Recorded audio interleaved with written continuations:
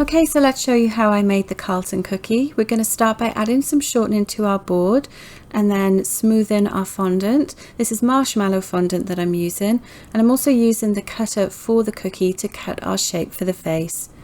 Now you'll see that I'm using the palm of my hand to smooth the fondant onto the cookie, and we don't need any type of glue to adhere it because it will actually stick to the cookie all by itself. And once that's done, the next thing we're going to do is clean the board and then just start to mark the details of where the features will be on the face.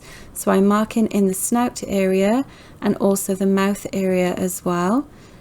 And then I'm using a ball tool just to give some definition to those ears. I'm also going to mark the eyeballs. And next I'm going to mark the mouth area. And this is the small end of a ball tool that I'm using.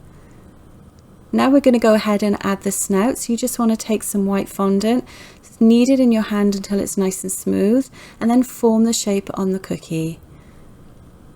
And of course you can always go back and redefine anything as you're going with this, as you see there. Now I'm using a knife tool just to make a little indentation at the bottom to give him a little bit of character. And I'm using that to help smooth the bottom as well. So now that we've finished with our white fondant, I'm going to move on to the black. You want to make sure that you don't go back and forth between black and white, or you may end up with some colour on your hands. So I've started with a small ball in the mouth that I've smoothed into place. Next I'm working on the eyeballs, and you want to make sure that they end up being the same size. So take your time with this, make sure they match so that he doesn't have one eye bigger than the other.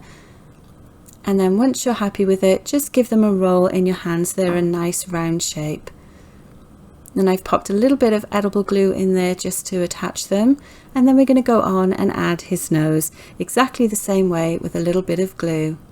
And there he is, that's our Carlton Bear finished. Thanks for watching.